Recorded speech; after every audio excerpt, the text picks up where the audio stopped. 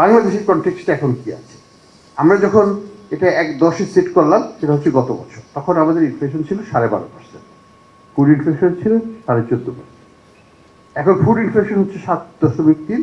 গত মাসের কথা বলছি, এই মাসেরটা আমি জানি না, এটা হচ্ছে আসবে। এবং মে ইনফ্লেশনটা হচ্ছে 8.2।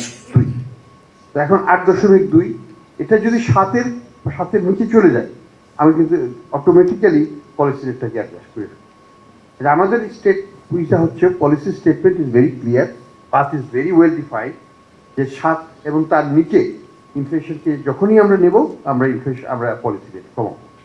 দ্বিতীয়ত হচ্ছে আমাদের ইনফ্লেশন টার্গেট। আমরা ভারতের সাথে তুলনা করি, অন্যান্য চায়নার সাথে তুলনা করি, অন্য দেশের, তাদের ইনফ্লেশনটা কতখানি? 3, 4, 1, 0 নেগেটিভ। চায়নাতে নেগেটিভ, জাপানে নেগেটিভ হয়, মাঝে মাঝে একটু পজিটিভ হয়। ভারতে হচ্ছে 2-3% মতো, আমাদের এখনো 8।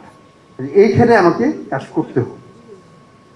ইটস উইশফুল থিঙ্কিং যে আমার হাই ইনফ্লেশন থাকবে, ইন্টারেস্ট রেট কম থাকবে, তো হতে পারে না, কারণ রিয়েল ইন্টারেস্ট রেট থেকে আমাকে দেখতে হবে। আমাকে কিন্তু দেখতে হবে যে বাংলাদেশের রিয়েল ইন্টারেস্ট রেটটা এখন একটু রিয়েল হয়েছে, কিছুদিন আগ পর্যন্ত এটা রিয়েল নেগেটিভ ছিল।